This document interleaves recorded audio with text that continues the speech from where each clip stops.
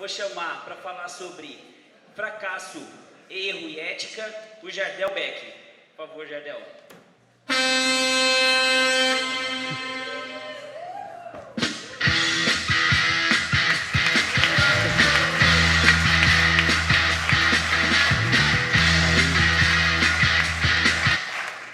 Legal, legal.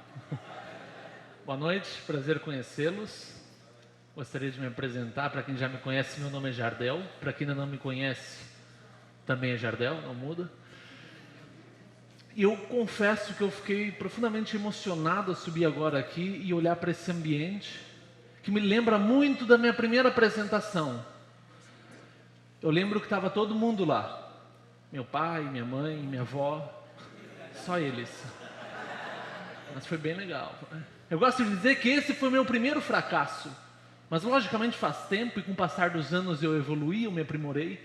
E hoje eu sou um especialista em fracasso. Eu sou bom em errar, né? E é um tema que me atrai muito, o fracasso, justamente porque no Brasil, as pessoas que erraram, que fracassaram, são vistas com maus olhos. São discriminadas, são excluídas, são a vergonha da família. E isso faz com que nós tenhamos medo de errar, medo do desapontamento, medo de tirar nota baixa, medo de ser o último. E aí, para evitar esses possíveis erros, o que nós fazemos? Nós não fazemos. Não tomamos nenhuma atitude. Então nós temos nossos sonhos, mas não temos coragem de dar um passo em direção a eles. Queremos crescer, mas não queremos as dores do desenvolvimento. E para aqueles que têm medo de errar, o maior erro que pode se cometer na vida é passar a vida inteira com medo de cometer algum. Isso não é de hoje. Se você for ver, desde que a gente é criança, nos ensinam que é sucesso, mas esquecem de dizer que ele é um processo e que muitas vezes as partes que o compõem são feitas de pequenas derrotas. Indicam um pódio iluminado, indicam o primeiro lugar, mas esquecem de dizer que para chegar lá, muitas vezes vão ter que passar pelo desapontamento de ser o último. Esquecem de nos dizer que não é nenhum problema nós reconhecermos que nós não sabemos ou que não conseguimos entender. E como eu disse, isso é cultural. Se você botar no Google a palavra fracasso, esse será o resultado. Isso é um print screen apenas. Loser falhou. E várias plaquinhas mostrando sucesso para um lado e fracasso para o outro. Sucesso para um lado e fracasso para o outro. O que mais tem é justamente isso. Mostrando o fracasso para um lado e o sucesso para o outro. Fracasso para um lado e sucesso para o outro. Mas eu acredito que a experiência dos erros, ela é tão importante quanto a experiência dos acertos. Porque vistos do jeito certo, são os erros que nos preparam para as nossas vitórias e conquistas futuras. Porque não há aprendizado na vida que não passe pela experiência do erro. Por isso que eu proponho, para esse encontro, uma nova reflexão. O erro a serviço do acerto.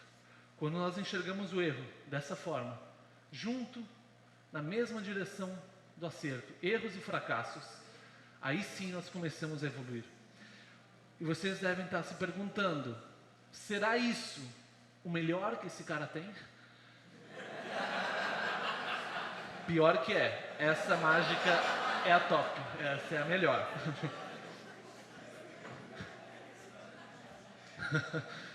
Mas vejam só, eu acredito que o insucesso só vai ser algo negativo quando ele for definitivo, quando ele for um ponto final. Eu prefiro que nós possamos encará-lo como reticências. Afinal, é um rascunho na nossa vida. Afinal, o rascunho nada mais é do que a metáfora da vida. Quando eu tinha 7 anos, na primeira série, eu lembro que minha professora Desirê, ela dizia assim, Jardel, e eu dizia, professora, e ela dizia, se você está errando demais, e eu errava muito, não fique triste, apenas vire a página. Era um jeito muito interessante que ela tinha de me mostrar a beleza que há nos recomeços. Porque ao virar a página, os erros que me incomodavam deixavam de ali estar e eu seguia a partir daquele momento, um pouco mais crescido. Foi com a professora Desirê, foi com a vida que eu entendi que na nossa história, ou somos protagonistas ou coadjuvantes. Ou a gente escreve a nossa história, ou a gente fica com medo de errar e fica lendo a história dos outros, sem fazer absolutamente nada. A vida é assim. E foi com ela que eu descobri que erros não precisam ser fontes de castigos. Erros têm que ser fontes de virtudes. E eu trouxe o meu caderno de quando eu tinha 7 anos, na primeira série. Aqui sim, muitos e muitos erros estão. Muitos quentes, muita sacanagem também. Por isso que eu digo, se vocês estão errando demais, senhoras e senhores, fiquem tranquilos. Apenas virem a página. Obrigado.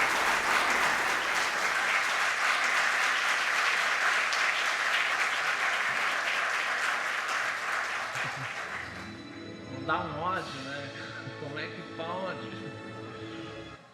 Estou tão perto e nada. Bom, sabe o grande problema do brasileiro é que ele não quer ter sucesso, ele quer o perfeccionismo. E perfeccionismo é muito diferente de sucesso. E eu não gosto de perfeccionismo porque ele não deve existir. E não existe. Não deve porque eu não acredito nele, porque toda experiência passa pelo erro. A gente aprende a caminhar caindo. E eu não gosto também dele, porque o perfeccionismo sugere o quê? Ausência de evolução. E você sabe muito bem que quem não precisa mais evoluir, quem acha que já é o suficiente bom, nesse mercado extremamente competitivo e acelerado que nós vivemos, quem acha que já sabe e decide ficar parado, já começa a ir para trás, porque todo o restante está avançando. Eu acho que o sucesso ele tem arestas. A gente precisa cortar, a gente precisa polir, cair, fazer as curvaturas, mas e para isso precisamos saber onde queremos chegar. Sabendo onde a gente quer chegar, a gente contorna os obstáculos que vai ter, os erros. Horas a gente vai estar alto, horas a gente vai estar para baixo, mas sobretudo a gente está sabendo o caminho. E é por isso que precisamos ter previsões das nossas vidas. Nada mais é do que ser mães de nós, do nosso futuro. Saber. E é por isso que eu trouxe aqui uma rápida previsão, para ilustrar rapidamente isso aqui. Eu tenho aqui um animal de 4 patas, por favor, o primeiro animal de 4 patas que vier à sua cabeça, você fixa e diz, qual é que é? Cachorro. E eu mostro que a minha previsão, eu tenho exatamente um cachorro, olha só. Eu não desenho muito bem, mas dá para ver claramente que é um cachorro e nenhum outro animal, né? Isso é fraca. Mas eu gosto muito desse número porque justamente a nossa vida é assim. Nós temos expectativas do que queremos, dos nossos sonhos, mas nem sempre acontece como nós esperamos. Mas o grande segredo é saber onde quer ir. Porque quando não sabe onde quer chegar, onde for que você chegue, não será onde você gostaria de ter chegado. Por isso, ter objetivos. Eu gostaria de compartilhar com vocês uma história que eu tive e que me mostrou a importância do erro para o acerto. Foi em 2004, eu tinha 14 anos, quando a professora, no primeiro dia de aula, após as férias, perguntou o que fizeram nas férias. E eu sou esse aqui, né? Que é o que causa, né? Bom, aí a professora perguntou o que fizeram nas férias. E eu não tinha feito nada. Eu fiquei os 3 meses em casa. E o pessoal começou contando. Não, eu sou de Santa Cruz do Sul, no Rio Grande do Sul. E o pessoal falando cidades que tinham ido na região. Fui para Santa Maria. Eu fui para Praia de Torres, fui para Porto das Mesas. Fui para Passo Fundo, fui para Tapera. Fui para outras cidades. E eu olhei, caramba, onde eu fui? Vou inventar. Aí eu pensei, vou dizer que eu fui no Parque Tupã, que é um parque itinerante, às vezes está aqui até em Florianópolis. E na época esse parque estava em Santa Cruz do Sul, e eu falei, é ótimo, vou dizer que eu fui. E o pessoal continuou, eu fui para Porto Alegre, eu fui para Arroio do Meio, e eu, caramba, mas será que eu digo que eu fui num parque que estava na cidade? E foi chegando a minha vez, aquele desespero tomando conta, Jardel, onde tu foi? Fui na Disney.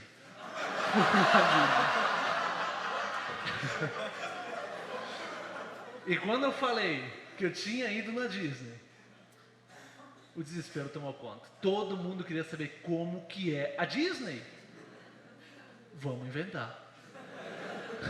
E tem roda gigante de 100 metros de altura, e tem montanha-russa do Power Ranger. Aí meu amigo, mas Power Ranger não é da Disney?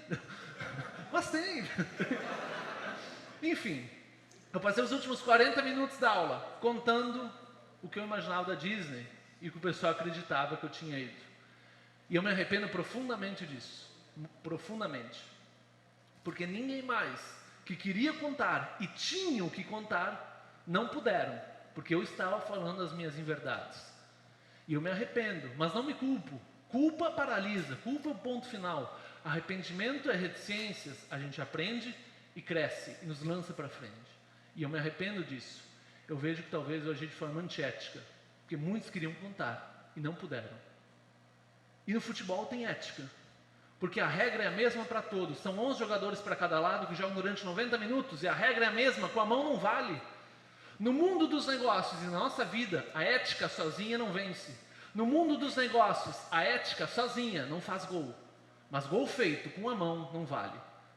Porque time que faz gol com a mão não é time que ganha campeonato. A gente tem câmera, tem reprise. Hoje a velocidade de informação é extremamente rápida, de tal forma que se você vacilar, todo mundo vai estar sabendo num clique do mouse. Então a gente tem que cuidar muito do que a gente faz. Ética não é mais negociável. Ela é pressuposto. Nenhum negócio vale uma quebra da ética. Uma frase comum no RH é: contrate caráter, treine habilidade. Porque sabe que se alguém que haja fora da ética, fora das condutas da organização, está comprometendo a marca da empresa e talvez a lucratividade. Por isso, cuide muito do que você faz. E tudo isso que eu contei aqui, essa história da ética, bem como outras que eu vivi ao longo da vida, me mostraram que nós precisamos errar para chegar onde chegamos. Que o sim nada mais é do que formado de nãos. Você recebe não e um dia vai ter o sim. E se antigamente era: errei, não espalha. Hoje eu proponho: errei, espalha. Mas eu não gosto muito dessa frase. Eu prefiro uma outra que diz: não espalhe o erro, espalhe o que você aprendeu com ele. É isso que importa. Eu não quero saber o seu erro, eu quero saber qual aprendizado que você tirou a partir dele. E essa frase é de um autor que eu gosto muito, que é Jardel Beck. Cara, fantástico. Bom, queria dizer que foi uma alegria muito grande estar aqui com vocês. E antes de terminar, eu gostaria de refletir a respeito desse pequeno moço que também sou eu, mas mais novo. Quando eu chego essa altura, essa idade, essa fisionomia, eu lembro que no berço tinha um brinquedo. Na verdade é um mobile que ficava em cima do berço, e o desafio nada mais é do que pegar esses pompons. E como toda criança gosta de cor, eu também gostava. E com esse brinquedo aprendi as primeiras lições da vida, da administração, do companheirismo, da ética. Porque com esse brinquedo eu percebi que sim, nós influenciamos outras pessoas. Quando nós erramos e tornamos o erro um ponto final, nós não estamos influenciando somente a nós, mas todas as pessoas que estão ao nosso redor. Quando o ponto não é final, mas sim reticências, quando a gente se arrepende, cresce, nós não influenciamos somente a nós, mas todas as pessoas que estão ao nosso redor. Quando eu agi fora da minha conduta, contando histórias da Disney que nem existiam, eu não influenciei somente a mim, mas todos os meus colegas que queriam contar e não puderam contar o que queriam, por causa que eu estava falando as inverdades. A vida é assim, você influencia os outros nas suas atitudes. É lógico que eu falei aqui, como as outras palestras que tiveram também nesse evento, e ainda vão influenciar outras. Muitas coisas contadas aqui, para muitas pessoas estão próximas, para outras mais distantes e para outros caminham lado a lado. Eu só não quero que vocês pensem que tudo que aqui vocês viram não tem nenhuma ligação com a vida, porque tem sim, e essa ligação é o amor, é fazer o bem com ética e sobretudo contar com a ajuda dos outros. Contar com a ajuda dos outros, para que assim possamos fazer deste mundo um mundo melhor. Muito obrigado e até uma próxima oportunidade.